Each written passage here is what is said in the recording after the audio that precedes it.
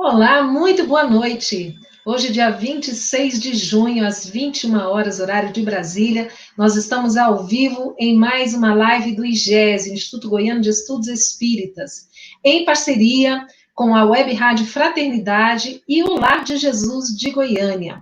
Nós estamos aqui hoje para começarmos novamente o segundo episódio, de uma série que nós estamos desenvolvendo sobre os 10 mandamentos recebidos por Moisés. E conosco aqui estão os nossos amigos, companheiros, que são aí os especialistas neste assunto. Nós vamos convidar primeiramente o nosso querido Jorge Larra, o nosso amigo de Rondônia. Jorge, muito bom, viu, ter você aqui conosco. Olá, Ivana. Olá para todos que nos assistem. Um prazer enorme estar nessa super live da nossa sexta-feira. Shabbat Shalom para todos.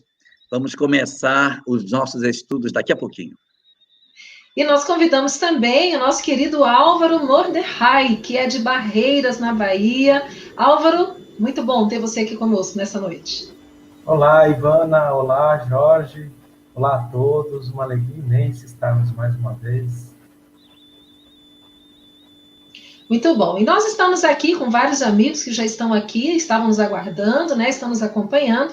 Então, se você ainda não sabe, nós teremos uma dinâmica nessa live, que nós teremos uma parte introdutória, onde os nossos convidados falarão um pouco sobre o assunto, e depois nós abriremos para as perguntas de vocês, tá? Para a interação.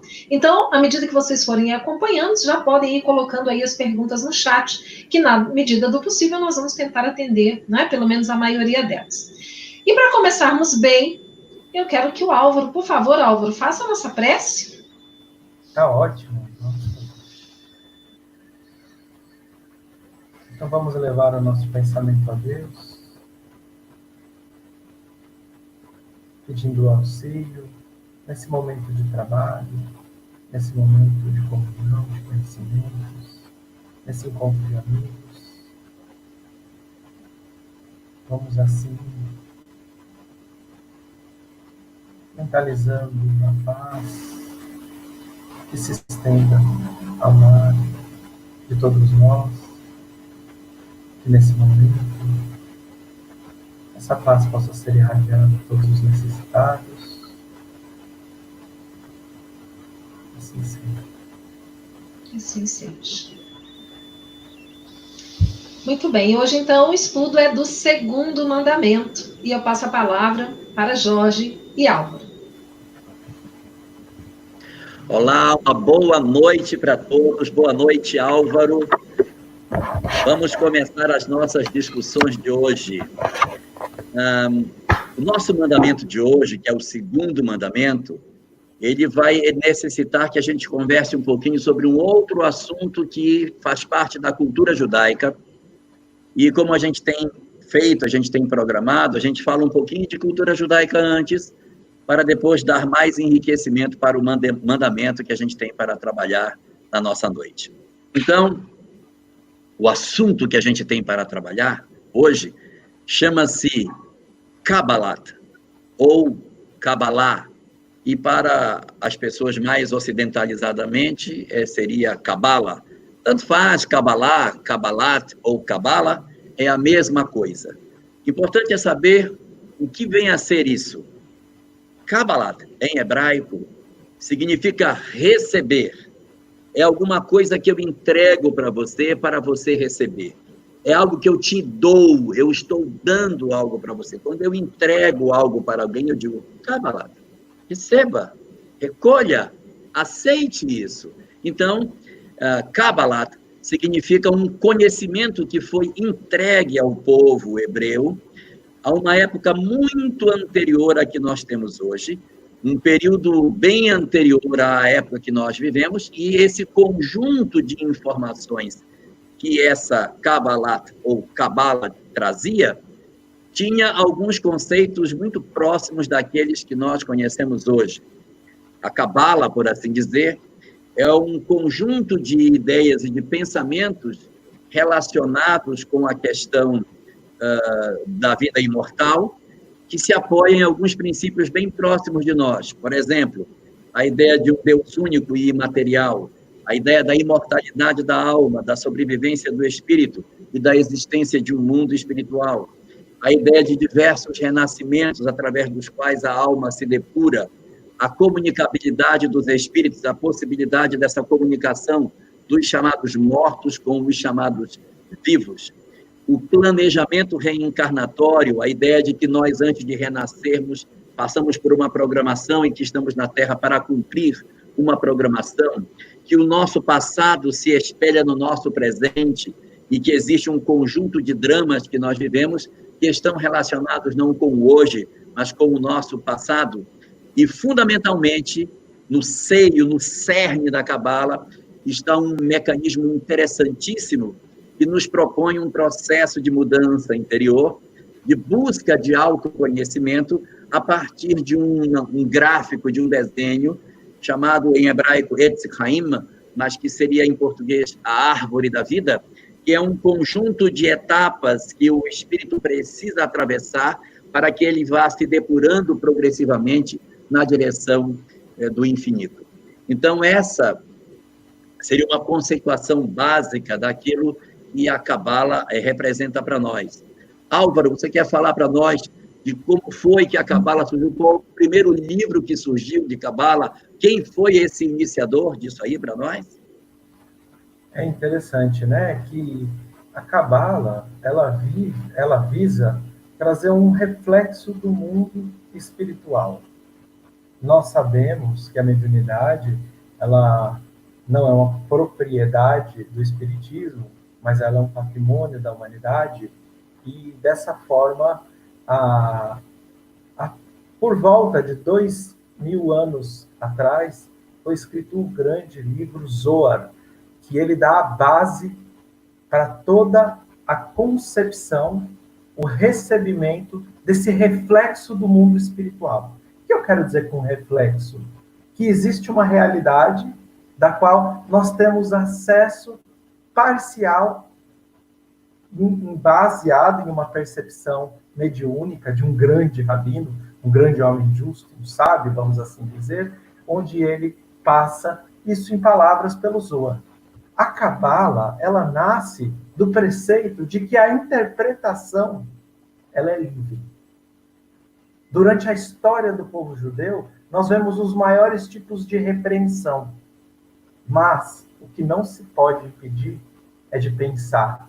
É de, nas horas de dificuldade, se conectar ao divino e trazer uma revelação de interpretação mais profunda para tudo aquilo que muitas vezes foi lido literalmente dentro do Antigo Testamento, dentro da Torá. Então, a Cabala, você explicou maravilhosamente bem, trazida no livro Zohar, é o ponto inicial desse trabalho. A gente vai ter muitos outros rabinos, e esse trabalho ele vai se divulgando. O que eu acho interessante, Elahá, é que existe um conceito dentro do judaísmo que a Cabala se inicia o estudo aos 40 anos. Quando assim você já tivesse estudado todo o Shas, todo o Talmud, que seria estudando uma única página por dia, que é difícil, já que o contexto intelectual, a dialética, ela é extremamente complexa, estudando uma página por dia, vamos dizer, 1 hora e meia, talvez, você demoraria 7 anos. Mas você já estaria, assim, vamos dizer, muito aprofundado dentro da Torá em si mesma. Mas uma das tradições do povo judeu, uma das tradições apocalípticas, vamos assim dizer, apocalíptica no sentido originário da palavra, não no sentido místico, no sentido de revelação do mundo de regeneração, do que vem a ser revelado, a revelação do divino dentro do nosso planeta, é que quando assim estivesse o mundo na sua regeneração, tudo aquilo que está oculto e que era, então, pertencente a poucos, vamos colocar aí, entre aspas, a iniciados do judaísmo, entre aspas, seria revelado a todos. Por que eu estou dizendo isso? Porque Kardec coloca na introdução do Livro dos Espíritos que o Espiritismo é uma chave, e essa chave, ela tem a condição, a capacidade de abrir todos os textos, de lançar luz não menos viva aos mistérios do passado do que rasga horizontes ao novo mundo. Então, a gente está falando aqui de Kabbalah e a gente vai trazer um conceito judaico, a explicação milenar, mas eu posso dizer que Kardec nos deixa isso claro na introdução do Livro dos Espíritos, que o que seria conhecido no mundo de regeneração está sendo trazido pela doutrina espírita de uma maneira já não mistificada. Concorda, Elahá? Eu concordo.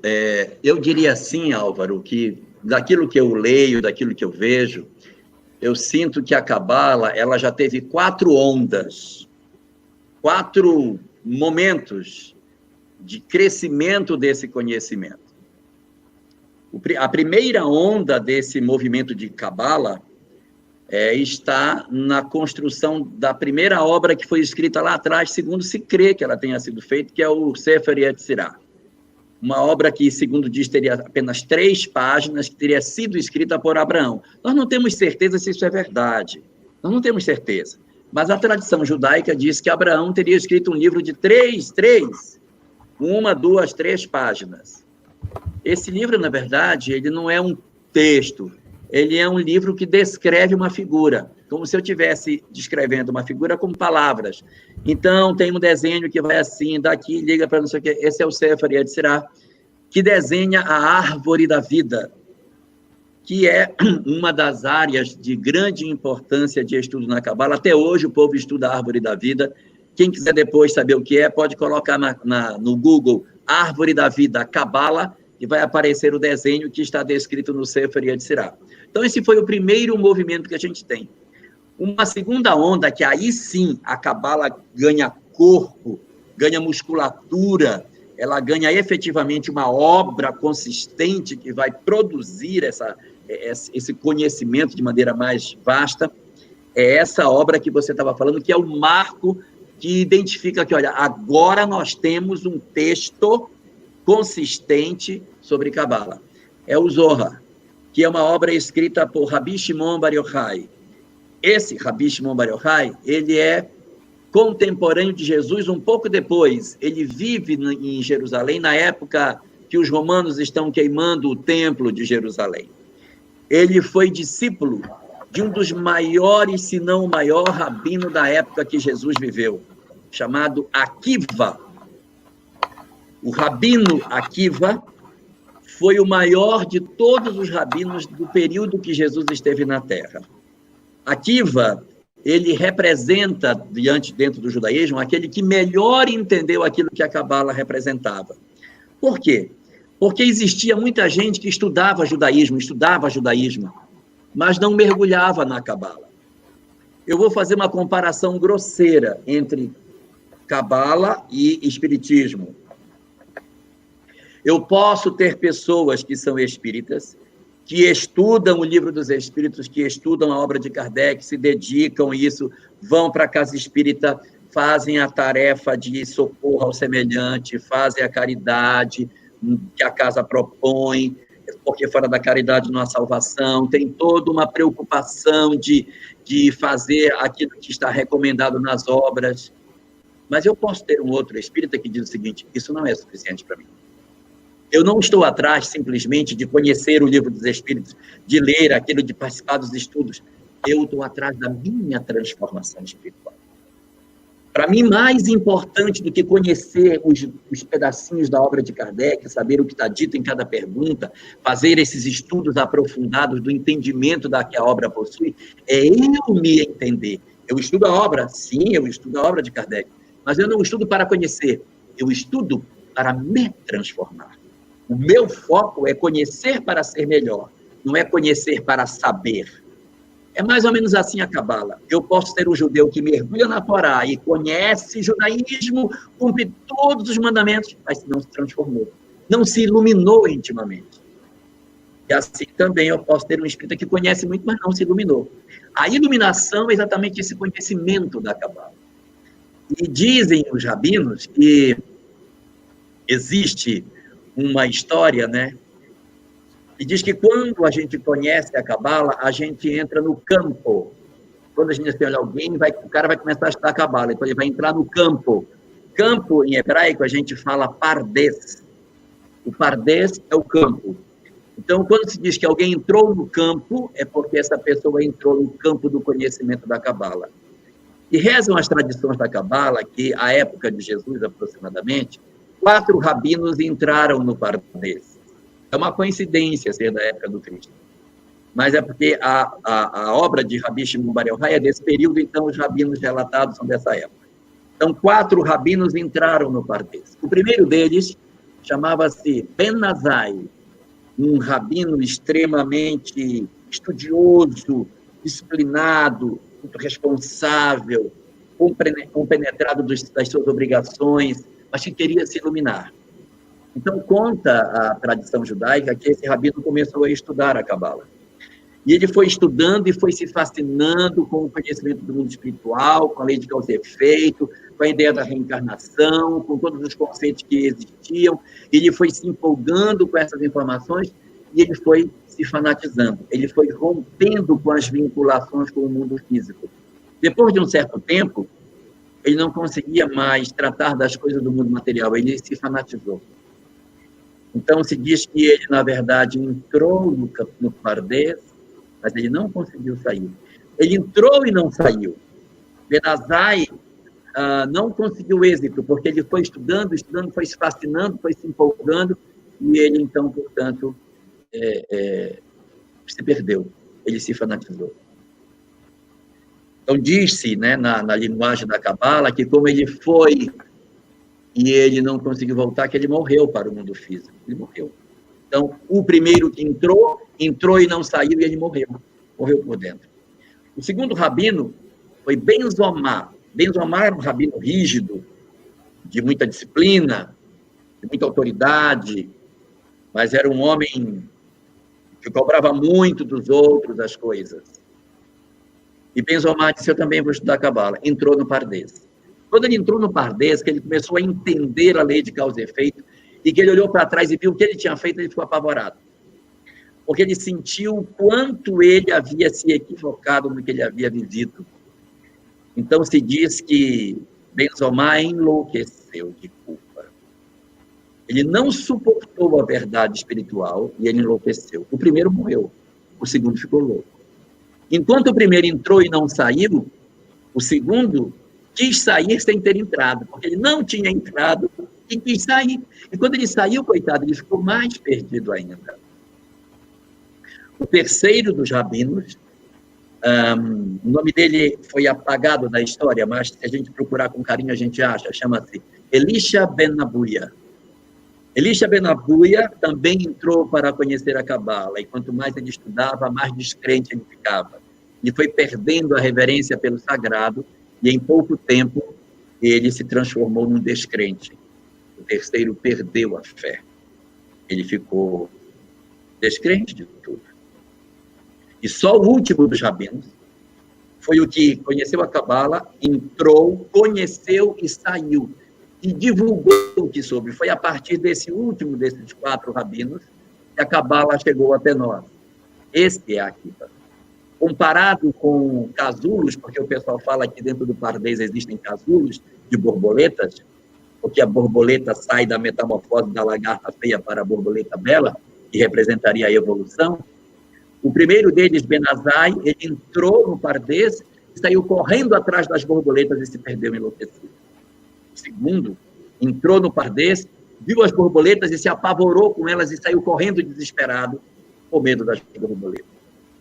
Elisha ben Abuya, o terceiro, entrou no pardes e matou as borboletas.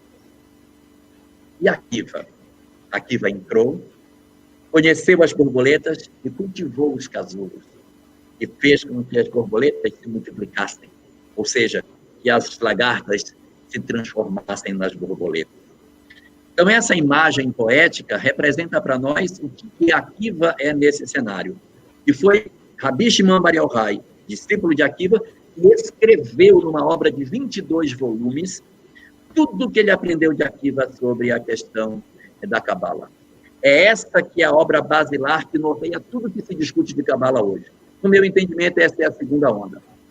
A terceira onda da Cabala vai acontecer na Idade Média, quando os cabalistas da Idade Média produzem uma literatura muito farta, da onde se destaca a obra Sha'al HaGilgulin, que é o Portal das Reencarnações, aonde nessa obra, Haim Vital, é um rabino muito importante, Haim Vital vai desenvolver nessa obra como que se dá a reencarnação, como é que a lei de causa e efeito ocorre dentro deste fenômeno da reencarnação dentro da Cabala. E a quarta onda é a atual, que tem essa multidão de pessoas aí falando de Cabala, estudando Cabala, multiplicando Cabala o tempo todo. Nunca se falou tanto de Cabala como hoje. Inclusive, na introdução do Zohar, existe um trechinho que diz o seguinte, na introdução: a Cabala, do jeito que nós a conhecemos, será esquecida pelo mundo. Os conteúdos que ela fala serão esquecidos. Mas, na década de 1840, todo o conhecimento que a Cabala tem vai voltar ao mundo.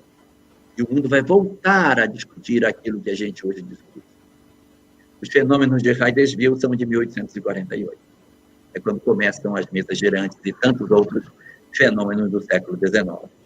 Então, isso é um indicativo de que as coisas estão todas entrelaçadas.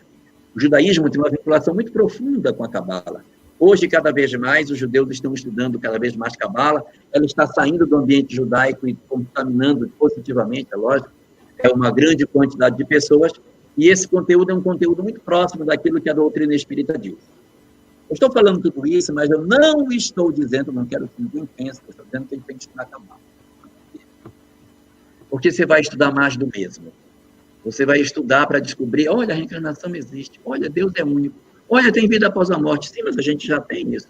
A doutrina espírita, hoje, ela tem uma substância muito mais interessante na construção desses conceitos, em virtude do amadurecimento da nossa ciência e da filosofia, em comparação com aquilo que a Cabala apresentava de forma mais mística no passado.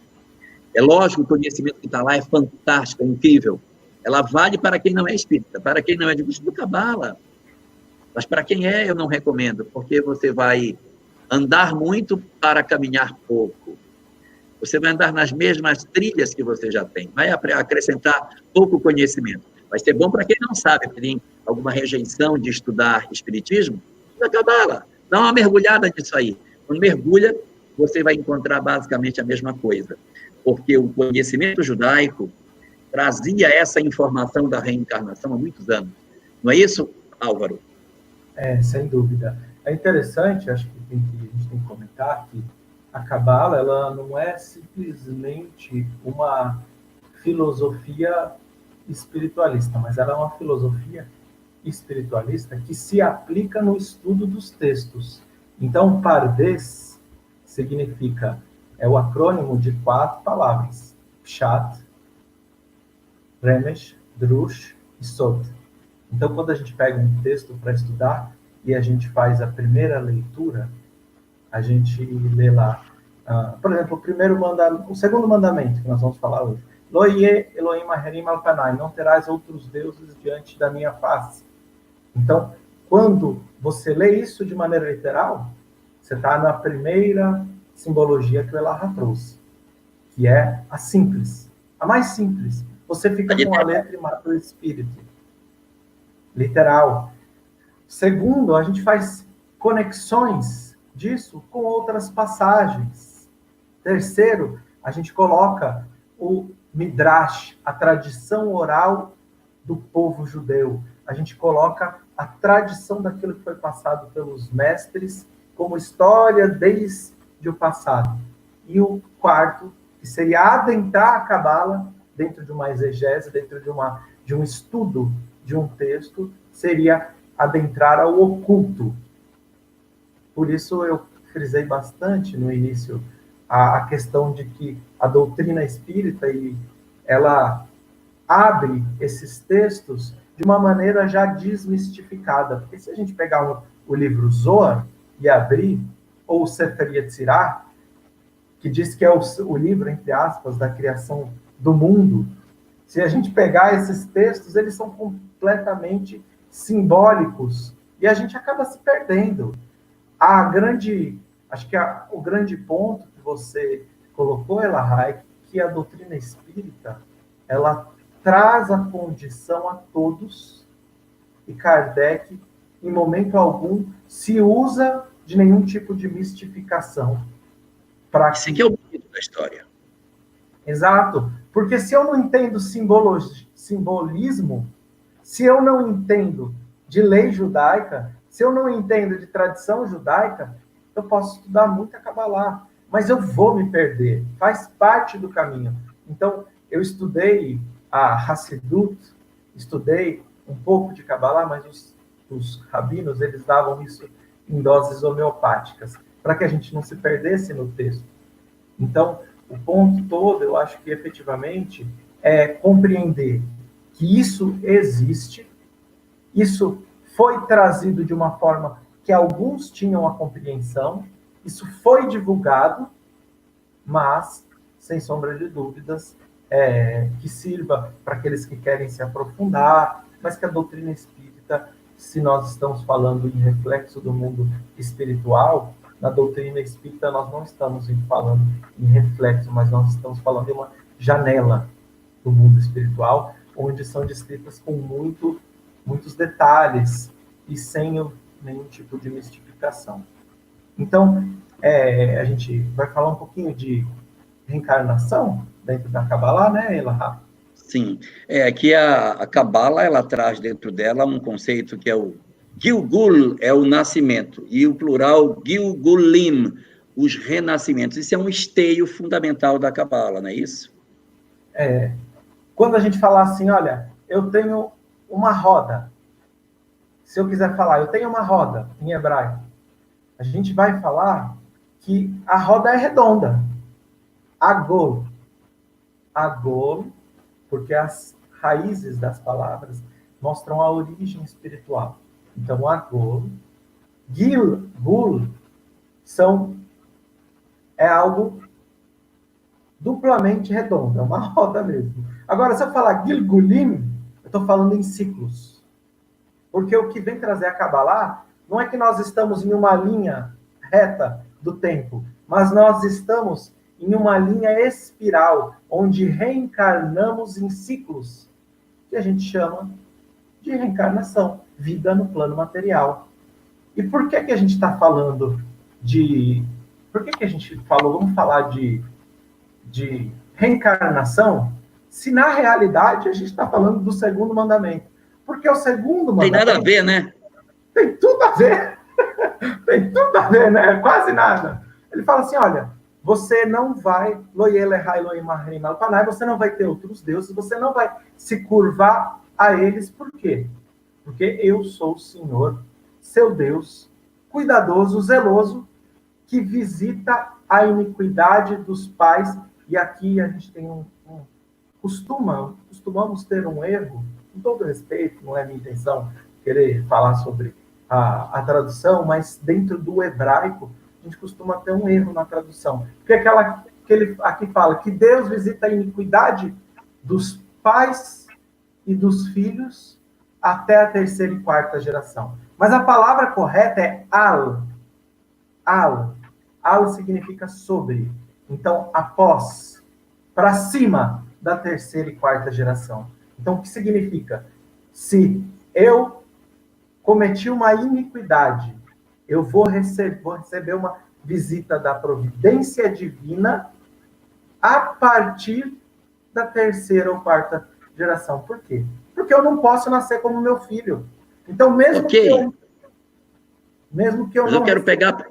Eu quero pegar a primeira parte do mandamento primeiro. Vamos pegar essa primeira parte. Depois a gente discute essa segunda.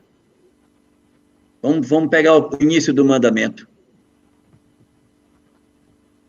Não terás... Vai. A tradução que eu traria assim como mais precisa, né? Porque a gente não tem as palavras específicas, mas não terás no futuro, não terás outros deuses diante de minha face. Então, não farás escultura, não, que diz aí, não farás escultura do que há embaixo do céu, nem em cima da terra, nem embaixo das águas, não lhes prestarás culto, nem as adorarás, nem te curvarás diante delas. É muito interessante esse mandamento, porque ele está muito vinculado com o primeiro, porque o primeiro dizia que não terás outros deuses diante de mim, já falava que não teria outros deuses, que seria especificamente aí a questão das outras divindades que nós poderíamos escolher. Mas agora está falando de ídolos, de você construir coisas materiais para substituir a sua condição espiritual. Veja que ele está descendo. No primeiro ele falava de deuses, mas ele não se reportava a coisas materiais. No segundo mandamento ele desce um pouco mais e diz, não constitua coisas materiais como objeto de culto. Nós temos repetidamente criado uma adoração a coisas materiais como se elas nos comandassem. Eu não estou nem falando mais em imperfeições morais. O meu Deus é o orgulho, o meu Deus é o ódio. Não estou falando mais de questão materiais, os outros deuses do primeiro mandamento. Coisas materiais, são ídolos que eu tenho, que eu me agarro naquilo. Então, eu tenho, de repente, uma adoração pela minha casa, pela minha esposa, pelos meus filhos, de tal sorte que eles constituem para mim os meus verdadeiros ídolos. O dinheiro, as coisas materiais. Nós convertermos os nossos instrumentos de fé como se eles fossem objetos materiais. Isso é muito grave no processo de adoração, muito ruim que a gente trabalhe dentro dessa linha. Ok, Álvaro? É interessante, né? Porque isso é colocado como uma condição onde todos nós estamos suscetíveis. Por quê? Porque quando nós vemos o bezerro de ouro sendo adorado, no momento, vamos assim dizer, até aquele instante, o momento de revelação, o momento espiritual mais importante da humanidade, até aqueles dias, era... Deixa eu te cortar um pouquinho. O Álvaro está falando do bezerro de ouro. O que ele está dizendo? Enquanto Moisés sobe no monte para receber esses mandamentos, o povo está lá embaixo. E o que o povo faz enquanto ele está lá em cima? O povo constrói um bezerro de ouro. Só que isso, eu adoro aquela frase de Humberto de Campos, que ele atribui a Jesus, dizendo a Simão Pedro, verás que o homem do mundo é mais frágil que perverso. E por isso a gente encontra esse mandamento como futuro. Não terás. É no futuro, não é hoje. Porque hoje nós ainda temos imperfeições no nosso espírito. Hoje, nós ainda sentimos pelas nossas paixões um descontrole e, às vezes, uma necessidade de adorar o que o mundo material nos propõe. Então, quando o povo judeu, parte do povo judeu, se coloca na construção do bezerro de ouro, Moisés havia dito que após 40 dias desceria do Har Sinai, do Monte Sinai. E no 39º dia, um grupo se rebela e decide construir. Falta um pouquinho de fé. E, às vezes, para a gente cair na idolatria de mais diferentes aspectos, o que nos falta é só um pouquinho de fé. Não está falando de algo, assim, magnânimo, mas está falando de aspectos que nós encontramos no dia a dia. E essa passagem, ela tem uma correlação direta com as tentações de Jesus no deserto. Porque aqui o Monte Sinai é o quê? Um monte do deserto. Jesus vai 40 dias, o mesmo período, para um deserto. E ali tem a simbologia que Kardec nos traz no livro A Gênese, de que esse contexto ele é simbólico e está mostrando, na realidade, a condição do ser humano de fragilidade, e não propriamente a condição de Jesus, que já era um espírito puro, e como diz Kardec, na Revista Espírita, espíritos crísticos, eles se tornam infalíveis até mesmo na carne, porque eles não têm nenhuma imperfeição no espírito. A carne, a matéria, já não impõe dificuldade, mas para nós que ainda estamos nessa jornada, nós elegemos, montamos, por um pouquinho de fé que nos falta, um pouquinho, mínimos esforços, como vão dizer os espíritos no livro dos Espíritos, por falta de mínimos esforços, às vezes a gente se coloca na idolatria de ídolos materiais, nos mais diversos aspectos. Isso é uma coisa muito interessante, né? Assim, a riqueza que essas informações vão trazendo para nós, a reflexão que a gente tem que fazer, porque esse fenômeno da adoração, ele é um crescendo dentro de nós. Então, a gente vive um período no qual a gente ainda adora ídolos, e a gente não tem o direito de criticar as pessoas que assim agem, porque isso é uma etapa do processo de construção. Não terás no futuro. Então, é para que a gente aprenda a respeitar a condição dos outros, não é para nós, de repente, mas eu aprender a respeitar o outro que ainda adora através de ídolos, através de outras expressões que não são aquelas que eu já conheço. Então, é a gente aprender isso, porque isso faz parte de um processo de libertação que a alma vai vivendo e que ela vai se transformando. E como nós temos na questão 648 de O Livro dos Espíritos, uma frase na qual os Espíritos asseveram que as leis morais estão vinculadas com a divisão de Moisés, a nossa lei de hoje é a lei de liberdade, porque é a lei que liberta o homem da sua forma de orar, da sua forma de reverenciar o seu Criador, pela liberdade do pensamento, como está expresso na obra básica, como a condição do homem de se desenfaixar de um conjunto de verdades que ele possui para abraçar coisas mais importantes nessa espiral que nós estamos vivendo do Gilgulin, essa espiral da subida progressiva que a gente vai fazendo nos processos de reencarnação. Mas eu queria, Álvaro, puxar um ponto aí que você citou, do final dessa pergunta, eu até atrapalhei você. O que é que você estava falando sobre o final do mandamento? Falando dos filhos, o que é que era? Sim, tinha aí?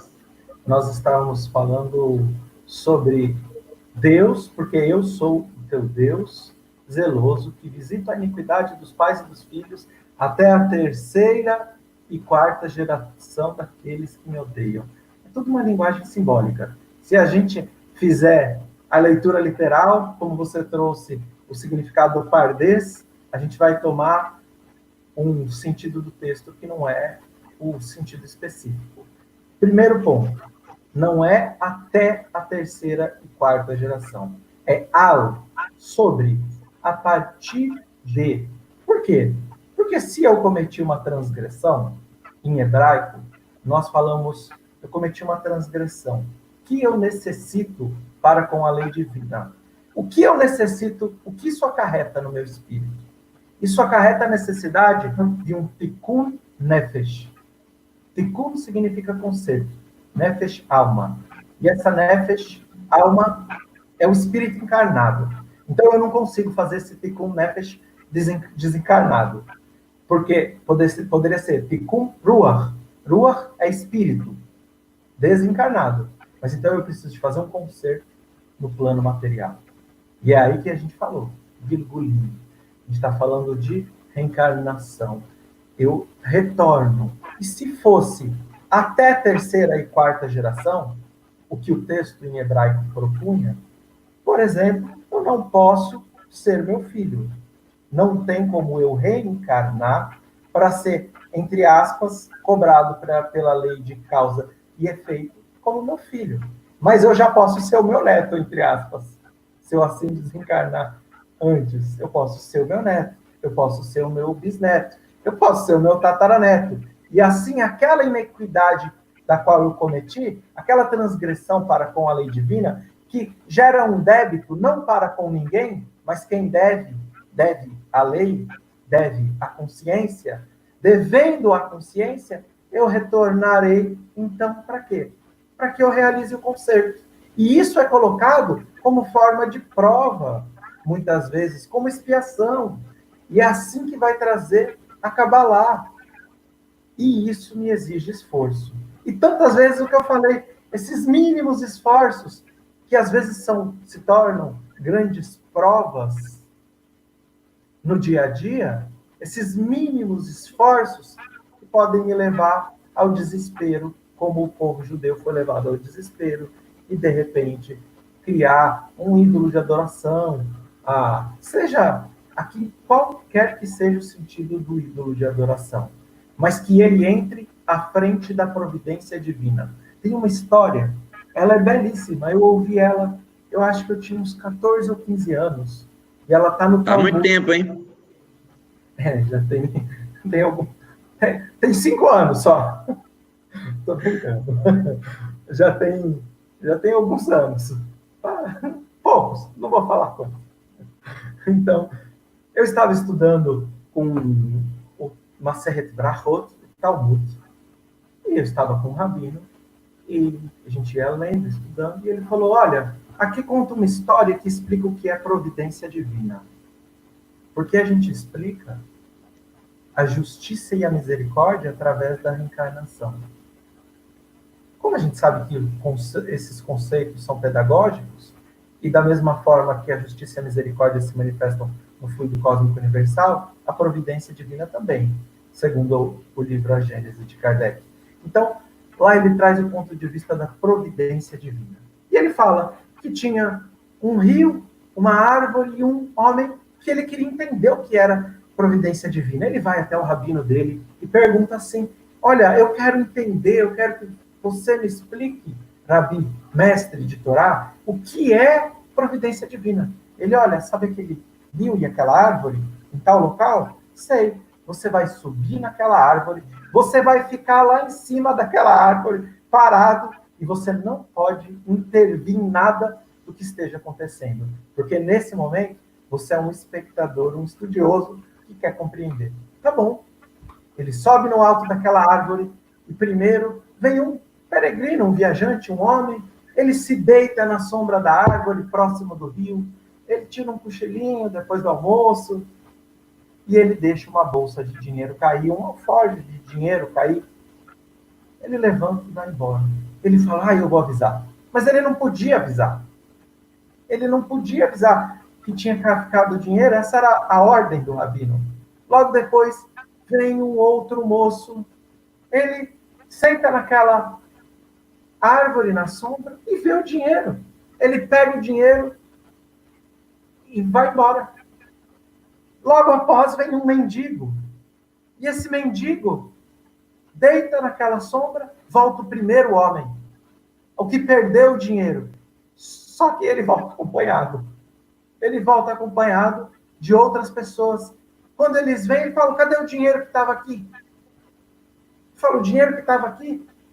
Você pegou, você roubou? Ele era um mendigo. Cadê o dinheiro? E o homem lá de cima da árvore não podia fazer nada. E eles batem naquele homem. E vão embora. Não acontece mais nada, chega de noite, esse homem vai procurar o rabino. Fala, meu Deus, isso é providência divina. O que é isso, rabino? O que é isso? E ele fala, olha, em uma outra reencarnação, estes 3 estiveram juntos. O primeiro, o que perde o dinheiro, ele tinha recebido em um tribunal, ganhou uma ação, ganhou num tribunal o direito de não pagar porque ele comprou o juiz. Ele comprou o juiz e ele tinha que pagar uma indenização e ele fica com esse dinheiro. Ele falou, quando ele deita embaixo daquela árvore e ele perde o dinheiro que ficou ali esquecido é um pagamento.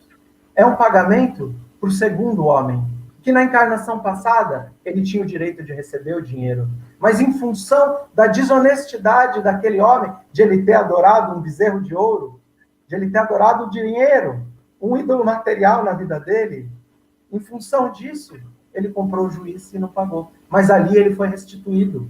Por isso ele vai embora livre com o dinheiro que ele tinha achado. Mas e o terceiro era o mendigo? Esse era o juiz. Ali ele encontrou a justiça dele. Então essa história é bem interessante, né? Ela mostra pra gente de uma maneira bem bonita. É muito interessante. E é importante a gente, nessa hora, perceber que o próprio judaísmo ele está muito interligado com esses conceitos espirituais. Então, às vezes, a gente encontra algumas pessoas que fazem tradução do texto hebraico para o português e tentam colocar como se o original não tivesse a reencarnação. É até estranho, porque, de repente, o tradutor parece ter mais conhecimento do que o autor, né? Que a pessoa traduz, não foi isso que ele quis dizer, mas o autor acredita na reencarnação. Não, na tradução não vai ter. E aí, realmente, muitas traduções para o português aparecem que punam a iniquidade dos pais nos filhos até a terceira e a quarta geração. E interessante que eu fui olhar a tradução em Esperanto, a de Zamenhof, e lá ele diz, en latria caicvara generatio, ou seja, na terceira e na quarta geração. Não é até, senão seria dislatria. Ele não fala, diz en latria, então é na terceira, como você bem falou, neto e bisneto, que é o que está disposto no Evangelho segundo o Espiritismo, quando Allan Kardec analisa esse pedacinho do mandamento, e também mostra essa questão das traduções e o fato da terceira e quarta geração. Mas tem um pedacinho desse mandamento também muito interessante, em que diz que ele punha a iniquidade dos pais nos filhos na terceira e na quarta. Diz assim, e abençoo aqueles que me obedecem até a 1000ª geração. Então, quando eu faço o bem, não é a minha descendência que vai ser beneficiada, sou eu, e renascendo dentro do meu mesmo cenário reencarnatório, dentro do mesmo grupo familiar ao qual eu pertenço, eu vou receber 1000 gerações à frente o bem que eu tenha feito. Então, aí é justiça e misericórdia a um só tempo, e mostrando como a misericórdia de Deus é 1000 vezes mais intensa do que a sua justiça. Isso é muito bonito de ver, e nós estamos falando de 10 mandamentos, de um período em que é justiça, mas olha que Deus é esse, um Deus que punha a iniquidade na terceira e na quarta, mas que abençoa os que obedecem por 1000 gerações. Está garantido o futuro do espírito para frente, a partir do momento em que a gente faz esse trabalho. E é interessante que um pouco antes disso, a gente vê as pragas do Egito, e existe uma discussão, porque é tudo dentro de simbolismo, é tudo simbólico, tudo simbolismo. Nunca se perder, como o Elahá colocou aqui, a história do Pardês, nunca se perder, mas da letra, não ficaram chato. Mas dizem alguns estudiosos, existe uma discussão no Talmud se foram 7 ou 30 dias as pragas. E nessas dialéticas, é muito interessante, que cada um traz seu ponto de vista, mas de uma maneira muito respeitosa, onde tudo se completa para que alcance um objetivo único. Qual? O entendimento. Então, fala, olha, os dois estão certos. Mas por que os dois? Porque as pragas, a maior parte delas, foi 7 dias. Mas como Deus é misericordioso, ele deu antes 23 de anúncios. É claro que as pragas não são punições, mas são leis de causa e efeito. Então, tá certo? Porque o povo foi anunciado por 23 dias sobre o que aconteceria caso não se comportasse. Então, a misericórdia, mesmo quando a gente está diante de uma passagem... Pragas, né? Nossa, uma passagem violenta. Mas mesmo quando a gente está diante de uma interpretação de um versículo desse, a misericórdia sempre anda junto. Elas sempre estão juntas. E isso começa lá no livro de Gênesis. Porque os nomes de Deus representam atributos da divindade. Diferentes nomes no hebraico para um único Deus. E quando Deus está criando o mundo, entre aspas, e o universo, a gente vê o nome Elohim, que significa que está correlacionado à justiça. E quando a gente vê a criação do homem, está escrito Vayomer Adonai Elohim. Tem 2 nomes de Deus. E aqui 2, esse Adonai, ele é a representação da misericórdia. Então, na criação do Espírito, a gente vê a misericórdia divina como uma constante. É como a gente muito bem compreende. Débitos, temos muitos para com os nossos espíritos. Mas, para que a gente não caia na idolatria, entre aspas, do que o mundo físico nos propõe, a gente precisa de manter a nossa fé firme, porque a misericórdia divina e a providência, elas estão nos guiando. E não é nenhum filósofo, não é nenhum grande sábio escritor, mas a dona Irã Barbosa falou: Deus dá o frio conforme o cobertor. Então a gente compreende que isso está sendo trazido, né? A gente concluir essa nossa conversa e abrir para as perguntas, que já devem ter várias aí, eu queria só destacar um conhecimento que é bem interessante, dessa obra da época da Idade Média, que eu estava comentando, Sha'ar HaGilgulin, que é o Portal das Reencarnações. É uma obra que se propõe a interpretar como é que a lei de causa e efeito age para que os nossos equívocos, os nossos erros do passado, encontrem a lei de justiça e você renasça. A tentativa dessa obra é explicar a razão do sofrimento humano, explicar por que as pessoas são desiguais, aparentemente desiguais. Então, é uma tentativa de justificar essas desigualdades a partir do fenômeno da reencarnação. E lá ele fala uma coisa muito interessante. A doutrina espírita, por exemplo, ela sempre fala para nós que a evolução está relacionada a duas asas. A asa do conhecimento intelectual e do conhecimento moral. Que o espírito, para crescer, precisa desenvolver as duas asas para que ele possa, então, voar. Se ele desenvolver só um lado, ele não voa. Tem que ter as duas asas para ele alçar voo. Nessa obra da Cabala, da Idade Média, ele diz que são 5 asas que o espírito tem que ter. 5. A primeira dessas asas é Nefesh, a alma orgânica, corpo. Então, ele diz que se você quer evoluir, mas não cuida bem do seu corpo, você não evolui. Você só vai evoluir se você cuidar do corpo, daquilo que é o seu físico. Então, desse conhecimento, o judaísmo tira a seguinte informação: não vale a pena você mortificar seu corpo, punir seu corpo, se pendurar em ganchos, maltratá-lo, se alimentar mal, não cuidar dele. Porque se você fizer isso, o Gilgulin vai prender você pelo Nefesh, e você vai precisar voltar para resolver a falta de cuidado com o corpo físico. Essa é uma das asas que a gente pode encontrar nas palavras de Jesus, quando dizia cuidar do corpo e do espírito. Segunda asa, segundo a Cabala, Neshama. Essa segunda alma diz respeito ao conhecimento intelectual, raciocínio. Eu só posso me desenvolver se eu crescer enquanto intelecto, que tem a ver com o conhecimento que a gente tem da doutrina espírita sobre o desenvolvimento da asa intelectual. Então, Neshama é a alma que diz respeito a essa parte do aspecto intelectual do homem. Terceira asa, Ruach, que você ainda há pouco colocou, o espírito. Aí significa a alma moral, o espírito como elemento que se desenvolve moralmente. A outra asa, a asa intelectual e a asa moral. As duas asas do espiritismo estão aqui representadas por Neshama e Ruach. Aí vem a quarta das asas, Yehida. Yehida é a capacidade de nós sermos corretos como espíritos que somos.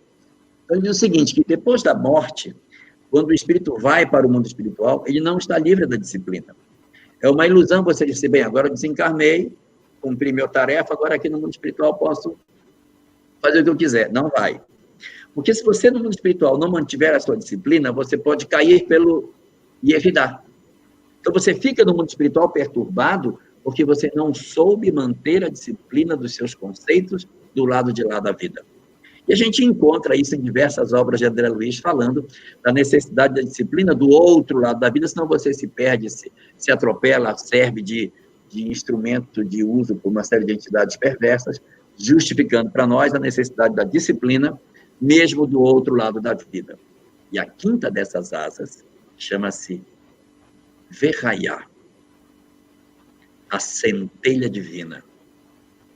De nada adianta eu cuidar do meu corpo, desenvolver os meus aspectos morais, ter o conhecimento desenvolvido e ter toda uma disciplina no mundo espiritual para manter a retidão da minha conduta, se eu não estiver conectado ao divino. ao sagrado. Ver raiar é a minha capacidade de me sentir filho de Deus, conectado ao meu Criador, aquele que me criou, eu me sentir efetivamente a criatura de um Deus extraordinário. Então, essa vinculação com o divino é que acende a centelha de nós e que é mais uma das asas que a gente precisa ter para alçar voo no rumo da imortalidade. Isso está no Sha'ar HaGilgulim, uma obra interessante, mas que para nós, que temos outras obras muito curiosas sobre reencarnação, como o Livro dos Espíritos, como o Evangelho segundo o Espiritismo, que temos o livro Missionários da Luz, Obreiros da Vida Eterna, que trazem conhecimentos extraordinários, ainda que o Sha'ar HaGilgulim seja interessante, essas obras espíritas trazem um conteúdo muito mais apropriado para nós e que servem à saciedade para as nossas dúvidas. Álvaro, se você não tiver nada para colocar, eu vou chamar a Ivana.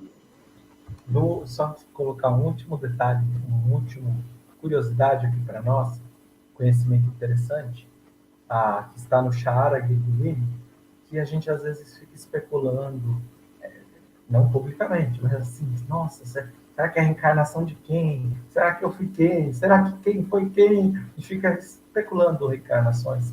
E a gente acha que isso é um assunto espírita novo. Mas o Sha'ar HaGilgulim, eu não estou afirmando que essas são as reencarnações, mas estou trazendo a título de curiosidade para que a gente possa ver assim, nossa, olha que legal! Traz algumas reencarnações. Por exemplo, que não estou falando que elas são verdadeiras, não estou falando. Vou falar 10 vezes para que ninguém depois fale, o Álvaro falou que fulano foi a reencarnação de quem? Mas a Rav Ari Kadosh, ele trouxe, através de Haim Vital, quem escreve os ensinamentos dele, ele traz o conceito de que Caim e Abel, lá do livro de Gênesis, Abel teria sido Moisés, e Caim teria sido Itró. Em português, eu acho que é Jetró, que fala o nome dele. O sogro dele, né? O sogro de Moisés. Então, Caim mata Abel. Ele vai precisar espiar isso. Então, ele vai reencarnar depois como Moisés. O sogro dele seria aquele que, em dada passagem no livro de Êxodos, que algumas pessoas falam que Moisés matou esse homem, mas não é isso exatamente. Ele se utiliza as mesmas palavras que Emmanuel usa para descrever a conversa dele, como senador Publio Lentulus, com Jesus. As mesmas palavras, por isso não está falando de morte, porque Jesus repete aquelas palavras para o senador Publio Lentulus. Qual? Ele fala que ele olhou para um lado, olhou para o outro, viu que no mundo, no sentido no mundo, não tinha ninguém para fazer algo pelo povo dele. Então ele era o missionário. As mãos dele teriam que trabalhar pelo povo de Israel, que era escravo no Egito. E ele faz uma prece, fala o nome de Deus, e aquele egípcio, ele vira areia, ele vira cinza na areia do deserto. Então, que Jesus fala lá, basta um pensamento divino para que todo esse império se torne cinza. A majestade do César se torna cinza, se torne cinza. São as mesmas palavras. Então, ali não foi que ele matou. Mas o que vem trazer esse livro é que ele tem uma morte violenta, ele deve receber de algum outro participante dessa história, e ele espia através do sofrimento dessa morte. Logo depois ele nasce e reencarna como Itró, o sogro. E a passagem onde são dados os 10 mandamentos, porque dentro do judaísmo a gente não divide em capítulos, a gente dá nomes para as passagens, 52 passagens para Shiot, que essas 52 passagens, cada uma é estudada uma por semana, então todo ano quem é observante à lei estuda todo o livro da Torá. Então o nome da passagem chama-se Itró, onde é recebido os 10 mandamentos. Porque depois, nesse momento, eles se juntam em laços familiares e vão trabalhar pelo bem coletivo da humanidade. Significa que Caim teria sua consciência resgatado e teria resgatado trabalhando pelo bem. E acho que a gente... Não sei se vocês perceberam, mas o trecho da Torá que trata dos 10 mandamentos, que poderia se chamar os 10 mandamentos, chama-se Itró, exatamente o nome do sogro de Moisés e não necessariamente alguma coisa relacionada a ele. Vamos chamar a Ivana para a gente poder... Vamos, amai os vossos inimigos. Aqui ele está amando, né? Que bacana, hein, gente? Muitos comentários aqui dos nossos amigos que estão nos assistindo. E o Maurício Santiago, ele está nos assistindo pelo Facebook da Rádio Fraternidade. Ele faz essa pergunta: o judaísmo admite a reencarnação? Ou já admitiu? É o que nós estávamos conversando. O judaísmo, ele é reencarnacionista. Ao tempo de Jesus, os únicos que não eram reencarnacionistas eram os saduceus.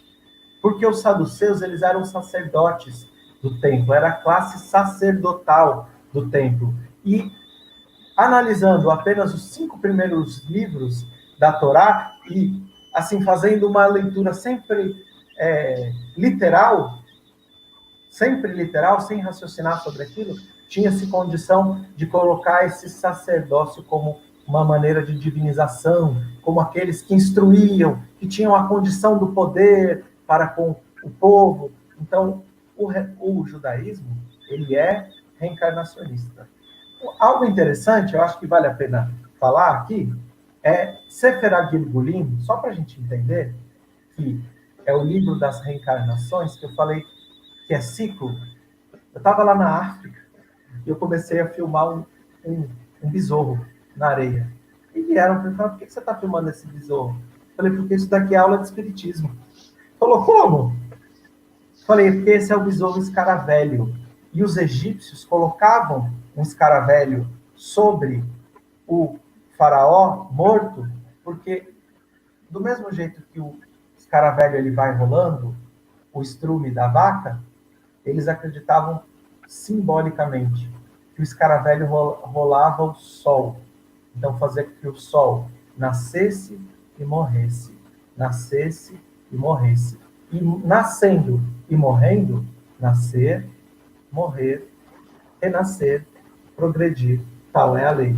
Traz esse contexto dentro de uma maneira simbólica que dá origem ao nome Gilgulim, ciclo. Então, sem sombra de dúvidas. Queria só fazer um comentário rápido. O judaísmo, ele é sim reencarnacionista por conta da Cabala, mas não é impossível você achar um judeu que não se interessa por isso e que não se dá conta, porque ele não se perguntou, ele nunca quis saber. É como você perguntar para um espírita se é verdade que a gente tem que fazer o autoconhecimento. É possível você encontrar algum que diga: não sei, eu sei que tem que fazer reunião mediúnica. Então, existe a possibilidade de você encontrar pessoas que sejam judias, mas que nunca se interessaram. Mas se você encontrar alguém que decidiu estudar judaísmo, não tenha dúvida, ele conhece Cabala e sabe do Gilgulim. Muito bom. O Vanderlei faz a pergunta para o Álvaro. As 2 pedras dos mandamentos, a primeira é para Moisés e a segunda é para nós? Existe um costume na antiguidade de que as leis eram escritas em 2 pedras. Na pedra, primeiro, porque, como diz Paulo na carta aos Romanos, e a pergunta 621 do Livro dos Espíritos, as leis divinas encontram-se escritas na consciência. Mas a gente tem uma capacidade de transformar a nossa consciência e conduzir a bel prazer em função do nosso egoísmo e do nosso orgulho. Então, decidi-se na antiguidade escrever nas pedras, porque na pedra não podia se alterar. A primeira pedra ficava dentro do palácio, e lá estavam mandamentos da relação do homem para com Deus. Como a gente vê aqui a primeira tábua da lei, apenas o 5º mandamento, que é honrar pai e mãe, mas a gente entendendo isso no conceito que todos somos filhos de Deus, então está correlacionado ao servir o divino. E a segunda tábua, elas são mandamentos do homem para com o homem. Mas estes mandamentos não são para Deus. Estão correlacionados a nós, São mandamentos que foram dados à humanidade. O elo de cumprimento dele pode se dar, como eu disse, para com Deus, para com o próximo. Mas analisando profundamente cada um desses mandamentos, a gente vai entender sempre que a maneira de servir a Deus é através do próximo. Então, como o Elahá trouxe a centelha divina, a centelha que habita em mim, habita em ti, habita em todos. Então, Deus se manifesta na natureza, mas o caminho para eu me conectar a Ele é servindo ao próximo. No livro de Provérbios tem um versículo que eu adoro. A caridade, ela é mais bem vista por Deus do que o altar. É mais querida do que o altar. E a caridade a gente faz para com o próximo. Muito bom. A Ângela Rodrigues pergunta para os dois: como entender não pronunciareis em vão o nome do Senhor vosso Deus, ser apresentado em alguns livros como o segundo mandamento? Eu respondo. Os mandamentos da lei de Deus, eles estão contidos no Êxodo 20, e é possível qualquer pessoa ir lá e tomar esses mandamentos. Mas houve um período muito longo da nossa história em que o texto religioso não ficou na mão das pessoas, ficou na mão dos sacerdotes, porque entendia-se naquela época que só o sacerdote, isso eu estou falando na época do cristianismo, só os sacerdotes tinham sabedoria suficiente para ler o texto. Foi Lutero que fez aquela coisa escandalosa, que pegou o texto que ninguém podia pegar, traduziu para o alemão e entregou para todo mundo ver. Antes de Lutero, as pessoas não sabiam o que estava escrito, porque os religiosos entregavam só o pedacinho que interessava. Então, em função disso, havia, na época, um interesse da parte do segmento religioso dominante de que as pessoas tivessem acesso às informações tratadas pela minha ótica. Então, os mandamentos eles foram mudados. Por exemplo, o primeiro mandamento é assim: eu sou o Senhor teu Deus que vos tirei do Egito, a casa da servidão. Não terás outros deuses diante de mim. Esse mandamento foi mudado. Passou a ser amar a Deus sobre todas as coisas. Isso nunca foi um mandamento da lei de Moisés. Nunca foi. Jesus, quando tratou isso com o doutor da lei, há uma conversa desse tipo, mas na lei de Moisés não estava. O segundo mandamento, que era não terás imagem, incomodava o poder religioso da época, ele não podia fazer parte. Então, ele foi suprimido, e o último dos mandamentos foi quebrado em 2, porque senão ia ficar 9. Eu tirei um, peguei o último e parti em 2. Então, todo mundo subiu 1. Quem era terceiro passou a ser segundo, quem era quarto virou terceiro. Então, não tomareis o santo nome do teu Deus em vão, que é o terceiro mandamento, passou a ser o segundo. E o último foi subdividido. O 9º ficou: não cobiçarás a mulher do próximo, e o 10º: não cobiçarás as coisas do próximo. Mas na lei de Moisés, mulher, jumento, carroça, casa, estava tudo junto numa coisa só. Então, não cobiçarás a mulher, o jumento, a casa, nada do próximo. A cobiça, que é o negócio, está toda contida num mandamento único. Então, essa é a razão pela qual o verdadeiro terceiro mandamento tornou-se o segundo durante muito tempo. E só agora, quando a gente começa a mexer nisso de maneira mais efetiva no Ocidente, porque os judeus nunca mudaram de opinião, é que nós estamos redescobrindo que o segundo mandamento é não terás outros deuses, não farás escultura, e o terceiro, que a gente vai discutir na próxima semana, não tomarás o nome do teu santo Deus em vão. Essa pergunta é ótima e a resposta foi maravilhosa, porque as pessoas me perguntam: Alva, mas você está explicando errado os mandamentos, olha a minha Bíblia aqui. Aí eu falo: eu não sei, eu não uso essa Bíblia, eu leio no original, eu leio no hebraico está assim, eu não sabia a razão. Obrigado, Elahá. Valeu. Muito bem. Bom, agora é uma pergunta minha. Muitas pessoas se perguntam: por que ficar estudando judaísmo? Por que ficar estudando coisas do Antigo Testamento, sendo que nós temos aí tanta obra espírita para ler, não é? O que a gente ganha com isso? Queria que vocês comentassem. Quer comentar, Álvaro? Quer comentar primeiro? Eu comento primeiro. Tudo. Então, vamos lá. Primeiro a gente tem... Quer que eu fale ou falo? Então eu vou falar. Fala primeiro, depois você pode falar. Tá bom. Sem dúvida nenhuma, o nosso objetivo não é estudar judaísmo. Sem dúvida nenhuma, o nosso objetivo não é estudar texto bíblico, porque a doutrina espírita não é uma doutrina que está apoiada em princípios bíblicos. Senão, daqui a pouco, nós vamos ter que tratar como verdade determinadas questões que, para nós, não são tidas como reais, e sim figurativas. Daqui a pouco a gente vai ter que estar defendendo o paraíso, Adão e Eva, vamos ter que estar defendendo o dilúvio, a Torre de Babel e mais uma pá de outros conceitos do Velho Testamento, e coisas do Novo também. Vamos ter que estar defendendo que Jesus açoitou as pessoas no Templo de Jerusalém, vamos ter que dizer que Jesus amaldiçoou uma figueira que estava fora de época, porque não dava figo e ela secou. Nós vamos ter que defender condutas que a doutrina espírita, ela possui o seu código de conduta próprio. Então, nós não estudamos os textos bíblicos com o objetivo de dar razão a todos os versículos que tem. Nós nos debruçamos pela janela para estudar os textos religiosos, da mesma maneira que a gente se debruça sobre o pensamento do Buda, sobre o pensamento de Krishna, sobre o pensamento de Sócrates, para apreciar essa construção maravilhosa e ver as conexões que esses saberes têm com o espiritismo, mas jamais querer trazer esse conteúdo para dentro da doutrina espírita como se isso fosse artigo de fé espírita. Eles não são artigo de fé espírita. A lei de Moisés tem 613 mandamentos, a gente está falando só de 10. Os outros 603, ninguém vai discutir aqui, porque são mandamentos que não fazem sentido a gente ficar discutindo. Se a pessoa, por exemplo, quando a pessoa rouba um boi, ela paga por cada boi que rouba 5 bois.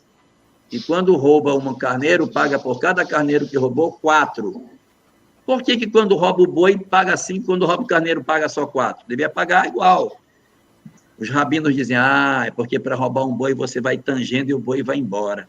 Para roubar um carneiro tem que pôr na costa e levar. Então, é mais difícil, então a pena é mais leve. Então, a gente vai ficar perdendo tempo com isso, quando a gente tem tanta coisa para discutir, eu tenho tanta coisa para debater, o que nos importa é o perfume do conhecimento. É você poder dizer, olha que coisa interessante. Nós vamos ali dentro buscar as conexões que a gente tem com o espiritismo, mas a nossa referência é e sempre será a base doutrinária espírita. Nós não vamos abrir mão de nenhum princípio espírita para nos abraçarmos com alguma proposta do judaísmo como se ela fosse a verdade. Quando, por exemplo, nós encontramos personagens do Velho Testamento que viveram 969 anos, como Matusalém, ninguém vai querer defender essa bandeira dentro da doutrina espírita como se isso fosse real, como se o cara tivesse vivido. Não, está escrito aqui é porque viveu. Não funciona desse jeito. A gente lê assim, isso aqui não é para nós importante nesse momento. Nós estamos procurando o que reflete na minha melhoria interior. Só vale ir buscar aquilo que tem sentido para me convencer a mudar, e não para trazer artigo de fé, de crença, mas artigo de convencimento de mudança, como se tudo fosse uma grande proposta filosófica. Nosso objetivo, quando estudamos os personagens, é tomarmos os aspectos figurativos, metafóricos de cada uma dessas personagens que a gente estuda, para ver a beleza do estudo não literal das coisas, não o pshat, como estava comentando agora, aí quando o Álvaro estava falando, mas ver as outras, Remes, Drash, Sud, que são as outras interpretações que a Cabala permite, de mergulhar no oculto, de retirar aquilo que está por trás da letra e nos embelezar a vida com um único objetivo, conhecer para ter mais convicção de que a gente precisa mudar. Esse é o único objetivo. Tudo que exceder disso não interessa para nós. Nós estamos aprendendo apenas para sermos melhores e nada mais. Eu gostaria de responder também, que acho que é um assunto bem bacana. O Nahar explicou maravilhosamente bem. Acho que ele coloca perfeitamente. É interessante a gente olhar que Kardec, na Revista Espírita de 1868, ele recomenda um livro que se chama Espiritismo na Bíblia, de Henry Steck. escreve Henry S., mas se ele digitar lá no Kardecpedia, a gente acha facinho a recomendação desse livro. Então, ele diz que no futuro nós nos debruçaríamos sobre esse estudo, como o Elarrat diz, que não é no intuito de trazer judaísmo para o espiritismo, mas como Emmanuel, quando ele conta no livro A Caminho da Luz, que o propósito dele não é contar a história da humanidade, mas é mostrar a providência divina presente em todos os momentos, aqui é a gente buscar compreender um pouco mais profundamente como o Elarrat disse, e Emmanuel traz para nós, no livro O Consolador, quando ele fala de Confúcio, de Buda Sakyamuni, quando ele coloca estes personagens como profetas, igualmente, como profetas inspirados pelo Cristo, na pergunta 279, e ele mostra, a gente passa a entender que nós não somos detentores de uma única verdade, e isso nos dá o direito de desprezarmos o passado da humanidade. Mas a gente olha para o passado da humanidade, que foi construído por nós como um todo, e a gente percebe a presença de Deus guiando através de tirar o espírito da letra. E Kardec traz para nós sobre Adão na Gênese, ele traz sobre o dilúvio. Uma série de passagens são trazidas por Kardec e também no livro dos Espíritos. Os Espíritos se utilizam das palavras e de passagens do Antigo Testamento. Então, o propósito é a gente enxergar o Espiritismo, aprender, ressignificar o nosso passado, porque se a gente estiver cheio de ferida dentro do nosso psiquismo, dentro do nosso passado espiritual como humanidade, a gente não segue em frente. A gente cai nos mesmos erros e vai ler uma passagem, eu não vim trazer a paz, mas a espada, uma frase de Jesus, a gente leva isso pelo fundamentalismo, pela leitura literal, e vai fazer inquisição com o próprio espiritismo.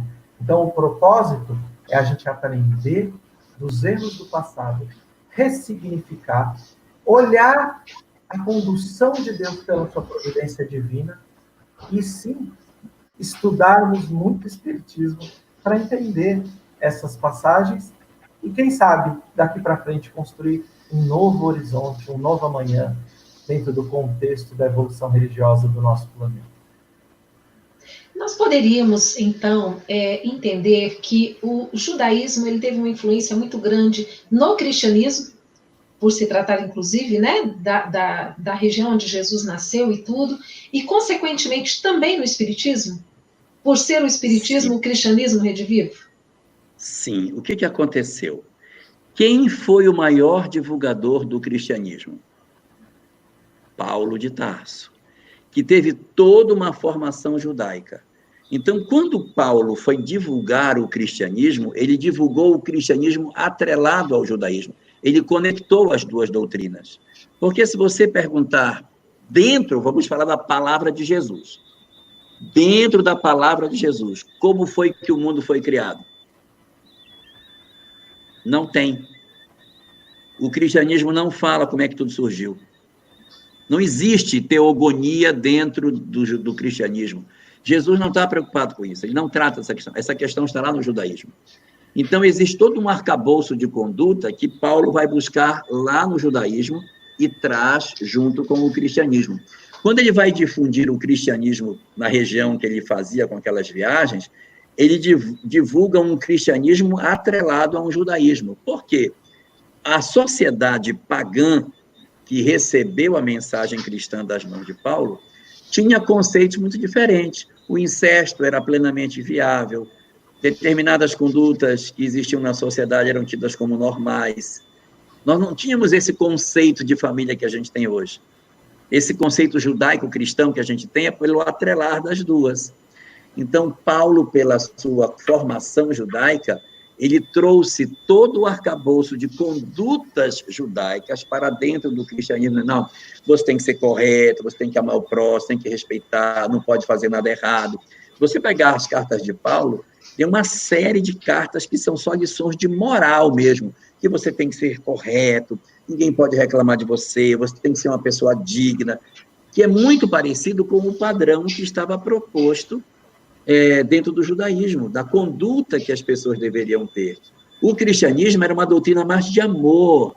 Você tem que amar o próximo, tem que fazer o bem ao semelhante, não guardar mágoa. E Paulo diz assim, e além disso, ser correto, não fazer dívida, não pode falar mal das pessoas. Então, tinha muito mais regras de conduta que eram trazidas do judaísmo.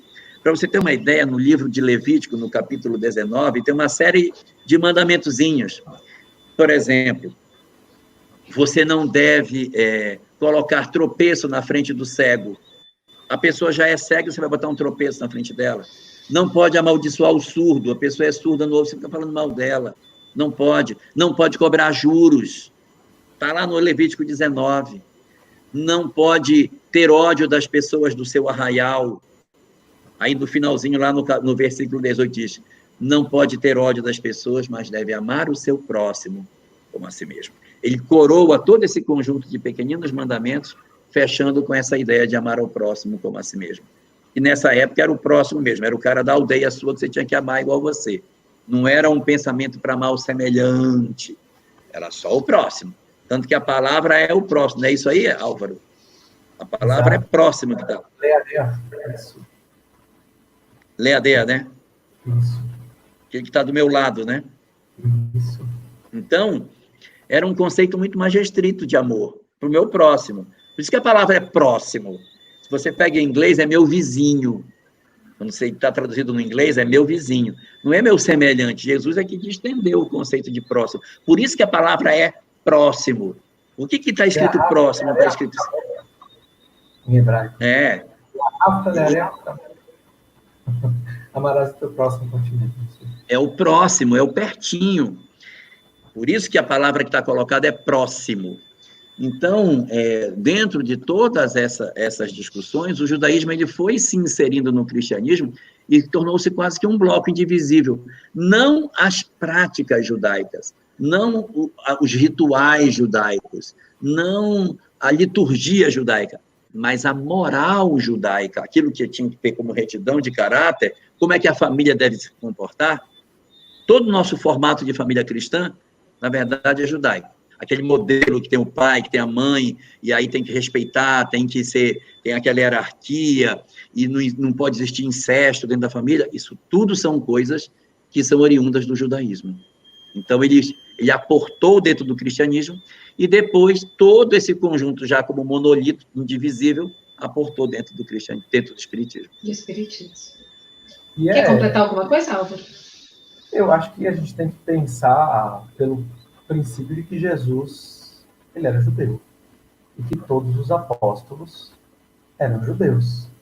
E que, por exemplo, o Evangelho de Mateus, ele é provavelmente escrito para a comunidade judaica de Antioquia, da Síria. Tanto que ele não explica os costumes judaicos.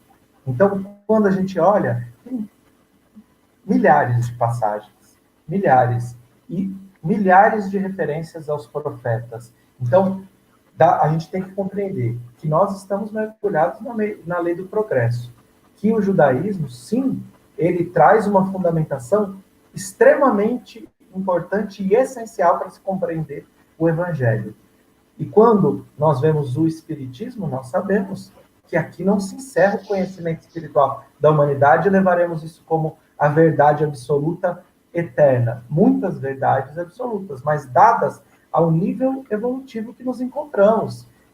Nós sabemos que o Cristo, ele continua conduzindo a humanidade. Esses foram os caminhos para que nós pudéssemos compreendê-los.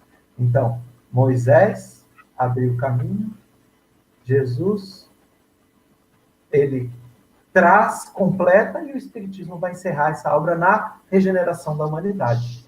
Mas o conhecimento, ele é sequencial. Estamos mergulhados na lei do progresso. Os espíritos crísticos não possuem inteligência suprema. Eles ainda estão no caminho do aprendizado, porque senão eles seriam Deus. Então, todos os ensinamentos são importantes. Ninguém vai para a faculdade se esquecendo daquilo que aprendeu no ensino fundamental. A gente precisa de ter isso muito vivo. E eu não estou colocando nenhum ensinamento como superior. Eu estou dizendo que em todos nós encontramos verdades fundamentais para a evolução do espírito, dadas de diferentes formas, mas em continuidade no âmbito da evolução religiosa, na evolução espiritual e intelectual e moral do nosso órgão. É isso aí, gente. Bom, nosso horário já está chegando ao fim. Nós temos aqui muitas pessoas, né, elogiando, dizendo que já estão ansiosas pela próxima, né? Semana que vem, sexta-feira, nós estaremos aqui de novo com o terceiro mandamento. Isso é o que se chama ansiedade, hein? Isso é o que nem terminou essa, já estou ansioso pela próxima. Pois é, mas é uma ansiedade boa, né? Mas antes de nós terminarmos, eu preciso convidá-los para a nossa live de domingo. No domingo, às 19h30, nós continuaremos estudando sobre Jesus, as parábolas de Jesus, e nós estaremos aqui com os nossos queridos amigos Lúcio Maranhão e Rafael Papa. E então fica aí o convite para que vocês possam estar conosco no domingo, às 19h30. Nós temos aqui, então, eu achei interessante esse comentário da Márcia, quando ela diz, né, que somos a evolução espiritual em andamento. O Novo Testamento ganha vida com a doutrina espírita, pois a doutrina é uma exegese extraordinária para interpretar e compreender Jesus.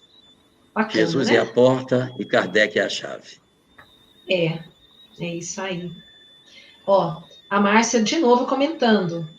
Quando imaginamos as fontes de Emmanuel em Paulo de Tarso e Estevão, e depois Paulo sendo aluno de Gamaliel, somos herdeiros da evolução da cultura judaico-cristã. O exemplo de Paulo vive no Espiritismo. Muito bacana, né?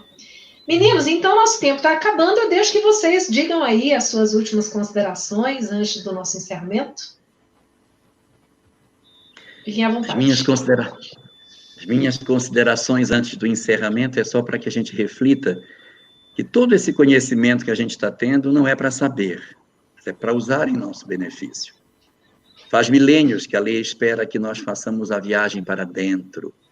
Todas as doutrinas, todas, sem exceção, nos chamaram para a grande viagem para o interior do nosso eu. E nós temos fugido de todas as doutrinas, inventando 1000 formas e 1000 liturgias para não fazer a viagem. O Espiritismo é mais uma dessas que nos chama para essa grande viagem interior. Que a gente não fuja mais uma vez e faça essa viagem definitiva para que a gente consiga alcançar novos graus de entendimento e assim a gente consiga se libertar do nosso Gilgulin e encontrar ciclos mais extraordinários que nos aguardem mais à frente. Já ficou difícil eu fazer minhas considerações depois de lá. mas eu passo das palavras dele as minhas, e que a gente possa refletir sobre a nossa caminhada espiritual individualmente e olhar para isso sem culpa, aprendendo dos erros e compreendendo que a gente tem o brilho eterno de uma doutrina magnífica que é o Espiritismo, e que esse convite da viagem interior, nós temos a condição de colocar ele hoje nas nossas vidas, a transformação hoje, o trabalho hoje, enxergar no próximo a centelha divina hoje, compreender que essas paixões humanas que nos colocam ídolos no mundo material, elas são a proposta para que nós possamos equalizar o nosso espírito, o nosso intelectualismo e utilizar tudo isso que a gente está falando como ferramenta para hoje, em uma pandemia, poder servir de dentro de nossas casas, poder servir de todas as formas, porque tem muita gente desesperada. E não é só nos aspectos materiais. E a doutrina espírita traz conhecimento para que nós, nos curando, possamos encontrar no próximo um pouco mais de Deus. Então, essas são as minhas considerações. Muitíssimo obrigado a todos que tiveram, a você, Ivan, Jorge, a todos que depois assistirão. E até a próxima semana, né? É isso aí, gente. Ó, Darcy, nossa querida Darcy do SES, está aqui conosco nos acompanhando. A Maria Lúcia, lá da Federação do Espírito Santo, também. Muita gente boa aqui nos acompanhando. Pessoal, se vocês então gostaram, a gente vai pedir para que vocês curtam esse vídeo, compartilhem. Se ainda não se inscreveu lá no canal do IGESE, vai lá, se inscreva, porque é uma forma de você nos ajudar a espalhar esse conteúdo bom, não é? Aí pela rede. Muito bem, então, vamos fazer a nossa prece de encerramento? Elahá, você pode fazer para a gente? Posso sim. Então vamos orar? Querido Senhor das nossas vidas, que as tuas bênçãos de paz que se fazem presentes sobre as nossas vidas há tantos e tantos anos, que elas possam permanecer a se derramar sobre os nossos caminhos, abrindo os nossos entendimentos e facilitando cada um de nós a entender de maneira mais nítida o majestoso trilhar de conhecimentos que tu tens para nos oferecer, para que através deles possamos fazer o grande caminhar não para fora, mas para dentro de nós, mergulhando na intimidade do nosso próprio eu e descobrindo a majestade da tua presença no interior dos nossos corações. Que o teu amor fecundo e que as tuas bênçãos sem par se derramem sobre a humanidade inteira, garantindo serenidade e bênçãos sobre todos os lares da terra e permitindo a todos os teus filhos nesta noite gozarem da serenidade que tu reservas aos corações dos justos. Estejas tu conosco, Senhor da vida, nos guarda sob a tua proteção e a tua paz, não somente hoje, mas para todo sempre.